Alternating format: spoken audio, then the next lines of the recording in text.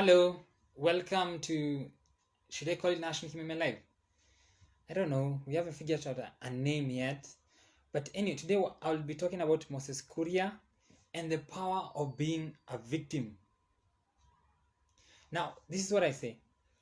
Accepting that you're a victim, it's a sure way of keeping corrupt people in power. You are your own salvation. You cannot be a victim unless you choose to be a victim. And I'm going to mention three key points. The first one is Central Kenya and how people use Central Kenya as the people of Central Kenya as victims to propagate their own ideas and ideologies. I'm going to talk about Luo Nyanza and I'm going to talk about the Kalenjin community as classic examples where victimizations help to keep certain people in power. Moses Kuria and the power of being a victim. So this is what the background to this story. Moses Kuria was at a rally, I think it was a New Year's rally or concert, and he was with Ferdinand Waititu, and he said that Uhuru is launching big projects across the country, but not in Central Kenya. So he says that 2019 is the year in which Central Kenya must get its fair share, what he calls his fair share of the resources of the country. And I am not really sure why he said this, because it could be a slight against Waititu, because one of the things he mentions is that what the president does is he comes and launches rehabilitation programs for alcoholics. So that could be something a slight at Waititu to show Waititu that he has done nothing except the car sober campaign. So that could be one. But again, I want to interpret it in a larger context where perhaps this is a strategy that Moses Kuria and others, because we all know Moses Kuria does not speak on his own behalf. He actually, most of the times, he speaks on behalf of the president or on behalf of Jubilee or on behalf of Central Kenya, even when it appears that he's speaking against their interests. So it could be a way of showing the people from Central Kenya that they are victims and that they need to fight for their rights.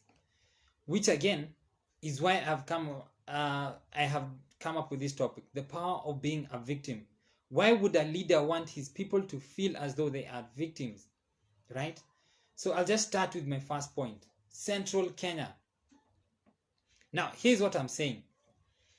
By establishing that the people of Central Kenya are victims, by making them feel as though they are victims, by making them feel as though resources are moving across the entire country to every region, big projects, but they're not coming to Central Kenya.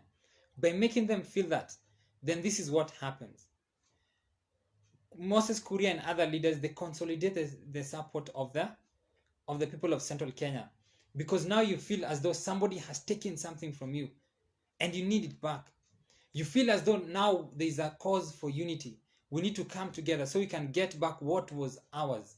Again, there's the belief that something that is yours has been taken away, which is quite different than believing that you need to go after something. This is something that is already yours and that has been taken away and you need to bring it back.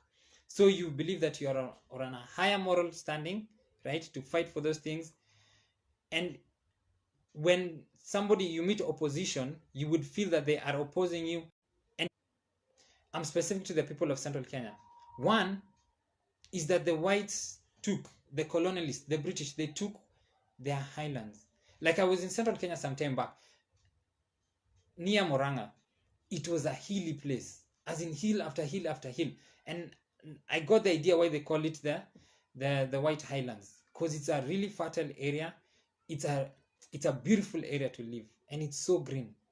And the whites took that from the people of Central Kenya. So yes, they were victims. And this being what happened after that was the Mau Mau uprising. And what people don't know, or they don't realize, or what they don't teach, is that the Mau Mau were very, very brutal against the white settlers, against women, against children, and against non-combatants, right? Now, of course, we can say that there are reasons why they were the way they were, but again, you would only do certain things if you feel that you have been wronged terribly, and that somebody is denying you something unjustly. And so that would justify whatever you're trying to do and whatever means you're going to use to get back what was yours or what you think was yours. In this case, it was theirs, their land. Now, another reason why the people of central Kenya can feel like victims is that they were locked out of government by the Moi regime. Because when Moi took over power, he filled most of the slots, right, with his own people. And he left the people of central Kenya outside of power. You couldn't hear them at the pinnacle of power, where power really is, right? At the top ministries, at the top positions in, let's say, the military, because he filled most of it with people from his own tribe and all of those things. So being locked out of government for 24 years is not a joke. And it actually feels as though you have been denied something. And it is true, you have been denied something. Again, the people of central Kenya can feel like victims because of the 1992 clashes. Where did they happen most? 1992 mostly happened in Rift Valley. Who are the people who are being targeted mostly over there? The 1997 clashes, where did they happen? Who are the targets of those clashes? The 2007 post-election violence, where did it happen mostly, right? Who are being targeted and why were they being targeted? Because people knew if you target this community, then I'd be closer to power. So what happens, right? When you feel like a victim, like when the whites take over your land, you justify atrocities against even children, even women, even non-combatants who are settlers. When you're locked out of government for 24 years, then you justify filling government slots with your own people. Like there was a statistics time back. Most of the government positions, they belong to the two tribes that are in power right now. You wouldn't feel bad about that because you're locked out of government for 24 years. And that idea that it's our time, it will continue in your head. Again, you'd feel like a victim because of all the clashes that happen. And it's clear to see who are being targeted. And yes, even now, people are afraid because they know that if things go wrong, a certain people in a certain area will be targeted. And what happens? You feel like you need to maintain power at all costs to prevent clashes targeting your people. So as you can see all of these things, that to make people feel like victims, it's easy because we have been victims for so long. Mahatma Gandhi said, poverty is the worst violence. And we have been made poor, not just the people of Senate, but everybody. So everybody has something to complain about. Everybody has something to feel like a victim about. But what are these leaders doing? Moses Kuria and the others, they know that Central Kenya split their votes in 1992, in 2002, and 2005. And it led to some consequences for the community, right? Because Moi was able to maintain power in 1992. In 2002, of course, one of their own won, right? But again, the other one lost. And it showed them that things could go a bit wrong. Even the referendum 2005, it showed them that things could go a bit wrong, that to maintain power, they have to unite. And one of the best ways of maintaining power is consolidating support by making people feel like victims. Another one is increasing their bargaining power. Why would they want people to feel like victims? Umoja ni nguvu, utengamano ni udhaifu, and they know that.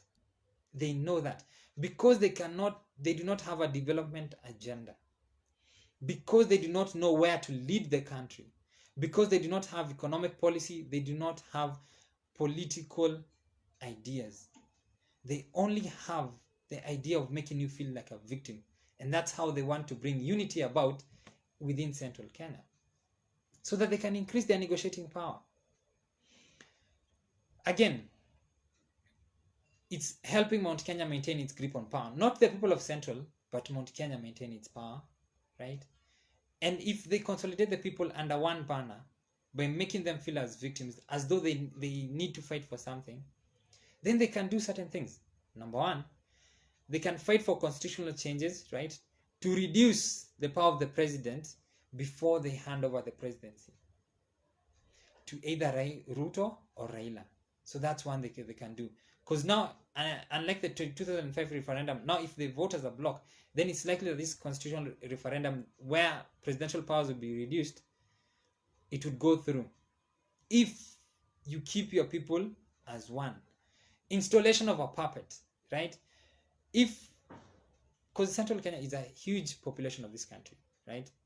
And if the voters are blocked, right, then installing somebody like, let's say, Musalia Mudavadi or Kalonzo Musyoka, just somebody that they believe is a puppet, to keep their grip on power would be easier.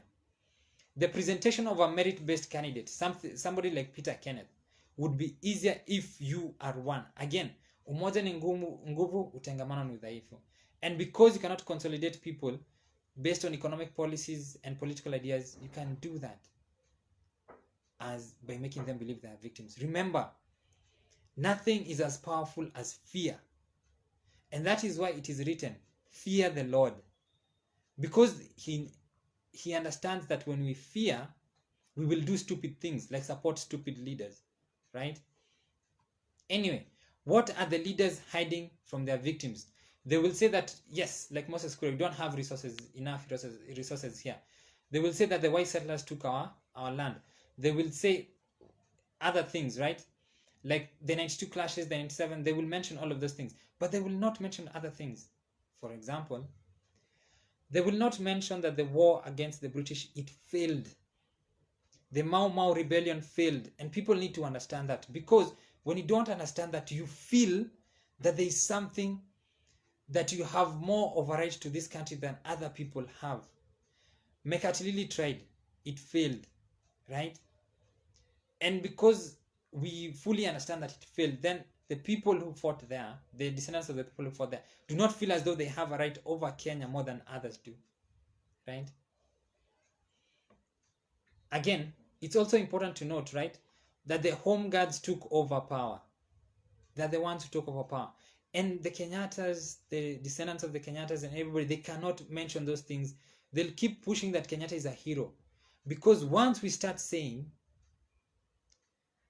that the ones who took the land were not the people from other tribes, but people from the same tribe, from the same community, then the community will start saying, whoa, you guys are the ones who are making us victims. You are our leaders.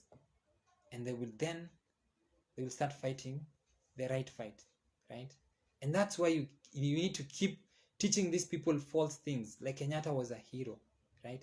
That's why you need to keep certain things hidden, like the battles that Dedan Kimathi went through, like the history of the generals within the Mau Mau. They are hidden. They're not well known. Why? Because if people know, things will go differently. Only a portion of Central Kenya will truly benefit from being in government. That is a fact that will always be forever. Only a portion. But the idea is, like Moses Kuria, when he's speaking, we don't have roads, we don't have water systems. They're taking 12 billion to Turkana, bringing 8 billion over here. Turkana, those guys have oil. But anyway, that's a topic for another day. When you make it as though that everybody will benefit, then everybody feels entitled to play their part within that consolidated force. And they will fight, but they will be fighting for the leaders who now have better negotiating power to remain in power. What is the use of that small portion of people from Central Kenya benefiting when China is taking over, when the world is overtaking us in everything? People are planning to go to the moon.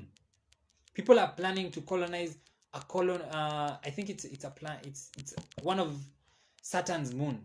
I'm not sure. They're planning to colonize that.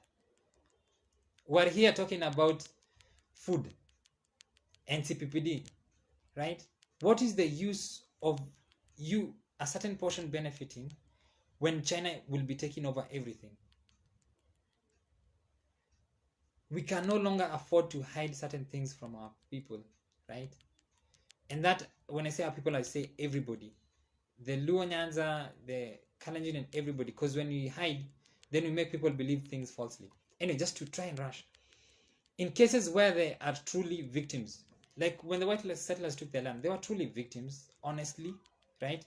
And everybody has that grievance, from the coast to the Rift Valley. Everybody has that grievance. So they are no more special than everybody else, right? And they need to unite with those others who are also victims. Not to the people, the home guards who took their land, right? It is their own who have their land. The white settlers, true, they made them victims, but their own people have their own land. They have that land that the white settlers left. The disgruntled communities, when development in Kenya is skewed in favor of a certain region, those places where it's skewed, they will always rise up. So unless we decide to do these things forever, unless we decide that we'll have the threat of violence forever, we really need to do something.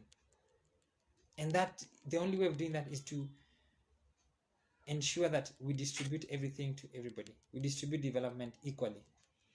Distribute opportunities, not development. There's a bit of a difference. Anyway, being in government is never necessary for one to be wealthy. Classic example, Indian community. Never been in government, but they're still wealthy. Okay, so always ask yourself, how do I help myself? Like, there's so many people from Central Kenya who have never been helped. Again, I said it's only a portion that would benefit, but so many people would never be helped. Free your mind from mental slavery. When Moses Kuria says that us, he puts it the people of Central Kenya, here, our own community, it's a lie. Do not die for anyone. Do not fight for anyone. Do not give somebody negotiating power so that he can gain position. Let us not make people nobles. We didn't have that system. Let's not bring it here.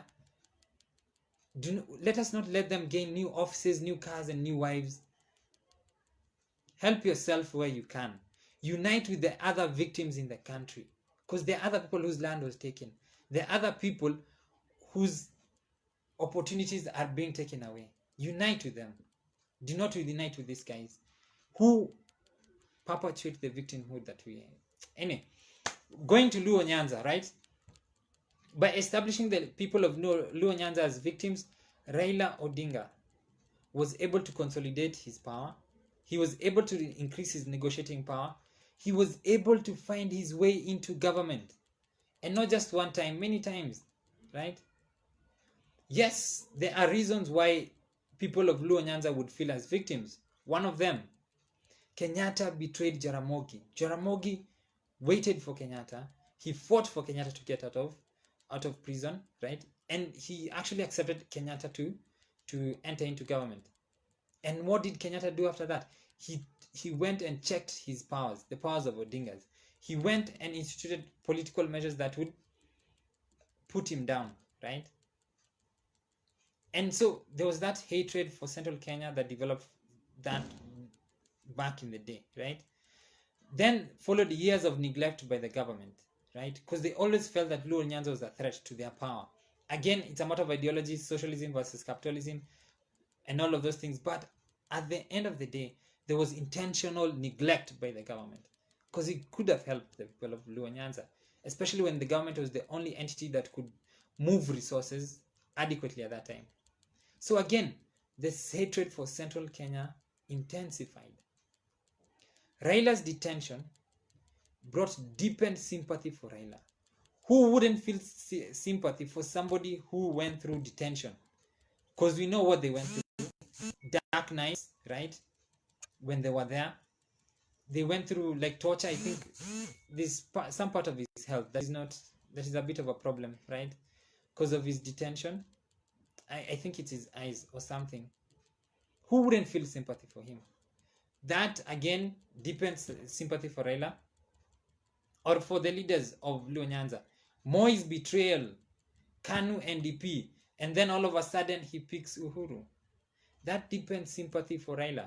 At the same time, the people of Luo Nyanza were like, these people of Central again, right? Kibaki's betrayal of Raila. Now, again, remember, there was Kenyatta who betrayed Jaramogi. There was neglect for under the Kenyatta regime, I think, until Kenyatta died. And then Moi took over, and then now it's detention against Raila. Moi then again chooses the people of Central Kenya, and now Kibaki, who's supposed to be that different guy from Central Kenya, right? He comes and betrays the gentleman's agreement, the memorandum of understanding. And it increases the militant approach of the people of Luo Nyanza against the people of Central Kenya. And you can see it's a bit understandable, right? You can see how they would feel like victims, because this is years and years and years and years, right? And you'd see how it developed, how it festered. Then came 2007. Finally, acquiring power through peaceful means was in their grasp. It was there. It was there. Finally, Raila could gain into power. And what happens? The lights go off at the IEB Center. The lights go off at the IEB Center. IEBC Center. And all of a sudden, things change. They change completely. This was the chance to gain power peacefully. And then the lights go off at the IEBC Center. It increases the militant approach again, right? So anyway, what happens when there's this history of victimization? Again, everybody is a victim within the country. Poverty is the worst violence. So we all have a story to tell as victims. But our leaders, they are using our stories for their own benefit. For example, Raila was able to consolidate support. He was able to negotiate for power, right? Because now we are victims. We need to fight for our rights. Let's get together. Let's go and fight for our rights. So we negotiate. Moises, this is a big group. He has his people in check, right? Let them come in. KANU NDP. Because if he didn't consolidate his people, then he wouldn't have gotten into KANU. If he couldn't have consolidated his people, then the National Rainbow Coalition would not have come into being, because then a critical center would not have been there. If he couldn't have consolidated his people, then the handshake manenos would never have materialized. But how did he consolidate his people? How did he do that? He didn't do that through economic policies. He didn't do that through political ideas. We are victims. Here is the story of our victimhood. These people have been doing this to us for this long. It was not economic ideas. The same way, the people of Central Kenya, the leaders, they cannot consolidate their people because of economic ideas, right? Hello, Mayor, watching from Lamu. So, what did Raila and other leaders from Luo Nyanza hide from their people? You can hear stories of governors, you can hear stories of MPs stealing from the people of Luo Nyanza, right? Lamu Town Kiziwani, thank you for watching. You can hear stories of them stealing from their own people. Those leaders failed to develop their areas. Raila was an MP for Kibera for the longest time. What did he do for them? As an MP, didn't he have the power to bring people together? And at a certain time, he had the power of CDF also. And then even as an MP, what was there at that time, right? What couldn't you have done anything, including mobilizing people to build other things? Most of the time, people just say a toilet. Mobilize people to build a toilet, right? And those other things. But you keep blaming the government because you don't care about your own people. What you care about is consolidating power, increasing your negotiating power. Again, the local leaders in Luo Nyanza, they used the deaths of their people as bargaining chips for positions. The deaths of their people as bargaining chips for positions. Such that anytime they're negotiating for power, they'd say, this number of people died fighting for this. This number of people died fighting for this. They would go out to the Western world saying, look, this number of people have died. We need to share power. That's how they use their people. And it's not different from the way the leaders of Central Kenya use their people, right? Because they know that if they keep power in one region, other people will rise up. And when they rise up, who will fight? It's not them. They have their choppers. They'll go away. It's the young men and women who will fight for them. The people who are going hungry in Central Kenya, right? At the end of the day, right, it's those people that will suffer at the bottom. But our leaders, they just want us to feel like victims so that they can have their way. In cases where they are truly victims, like the government neglect and all of those things, like, okay, the betrayals. Me, I'm very sad about the betrayals because they are there. Anyway, in those cases, I just need to say socialism doesn't work, capitalism works. And that is why the ideas, Raila could not have economic ideas because he was a proponent of socialism, and that would never work. So his other way was to focus on on increasing victimization. The blood of political victims lies with both the government and the local leaders in Luo Nyanza. So it's not really when people keep saying that the government killed these people, the government killed these people, the people of Luo Nyanza, the leaders, they would use those deaths. They, in my opinion, they actually wanted those people to die so that they can use them as bargaining chips, right? Their blood also falls on them. And you see, you'll view the world differently if the leader that is telling you that these guys are the problem is also the leader whose blood these people have on their hands. Because they just use them for handshake manenos. Anyway, just the last point, hoping to finish real quick. By establishing the Kalenjin community as victims, right? Rift Valley leaders can consolidate their power, can increase their negotiating power, and keep their grips on power. Why would they feel like victims? Land was taken away from them. Now it belongs to people from other communities. They actually have names, right, in their areas that are not from the Kalenjin community. They are from their community of the people of Central Kenya. And that's within the Kalenjin territory. And when they feel like that, what happens? They feel justified when they go out to fight in 1992. They felt justified when they went out to fight in 1997. They felt justified when they went to fight out in 2007, right? Why also would they feel like victims? I'll bring the case of 1982, where somebody of theirs they tried to take somebody of theirs away from power. And these were not the people from Central Kenya. These are the people from Luo Nyanza, right? And again, the leaders from Luo Nyanza.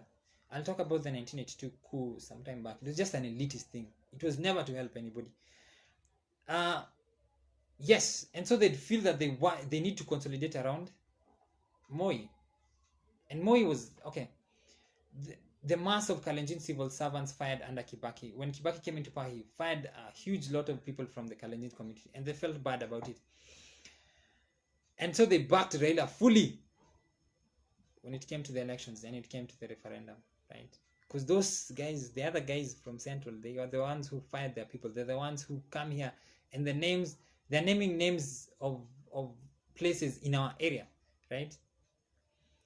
The 2000 okay, again, they might feel as victims, like I think Mokomen was saying that, is it only Kalenjins who are corrupt? And then 2022, if Central Kenya betrays William Ruto, they'd feel like victims, right? So anyway, playing the victim cards within the Kalenjin community, helped them consolidate their power in 2007, right? Because without 2007, they would have never been without the Kalenjin community and what transpired in relation to the people of Central Kenya. There wouldn't have been a Nusu Mukate. It wouldn't have been there. Because when they felt like victims, they felt justified to fight. They helped William Ruto and the others increase their negotiating power, and then they got to Nusu Mukate. That's how it happens. And then, yeah, I'll just try and move fast right now. What they hid from Moi was a weak leader. That's why the attempted coup came place. Moi appointed incompetent leaders, right? And they had to go. Kibaki just had to fire them. As in, Kibaki was a performer. Yes, he betrayed Raila, but he was a performer. And he fired them for good reason. Those guys were incompetent. And there were too many. The proportion of the Kalenjin community within the government was too many. So it's not like you could have replaced all of them with the people from the same tribe. He had to include other people. The people of Central Kenya are different, right? Are different from the leaders of Central Kenya. People need to realize that. If Uhuru betrays you, if he betrays Ruto, it's not the people of Central Kenya that are betraying Ruto. It's Uhuru. Those guys were there with you, trying to till the land. You guys were there asking each other questions about which seed is the best, which fertilizer is the best. They were not there with Uhuru. Anyway, so just trying to move fast still. Everyone has a grievance across Kenya. Nobody should feel more of a victim than others. Nobody should feel that it's our time to eat the piece of the cake. Because the only people who have been eating the cake are the leaders. We have not been eating the piece of the cake. Right? Nobody should feel a victim more than others. Nobody should feel that he has a right to this country more than others. The home guards are to blame for many of these things because they took over power, right? Again, the leaders from the communities that took over power from the other communities, right? They're also to blame because they focus on wealth. They do not focus on their people. For example, the people who are stealing from NCPPD, National Cereals Produce Board, they are the people from the same community where the farmers come from. The same people who are stealing from Mumias come from the same community as the people, the sugarcane farmers. Your leaders will ask you to look at other people, but they will ask you to feel as victims because they need your support. They need you to consolidate. They need you to feel as though you are justified to fight against another community because they want to negotiate with that other community for offices, for cars, for wives, and for salaries. So that's what I had for today. I'll see you guys tomorrow at 5 p.m. Please take care and do not feel like a victim. Do not accept a leader who tries to make other people as victims. Goodbye and see you guys again. Thank you again, guys, for watching. We'll talk. Bye-bye.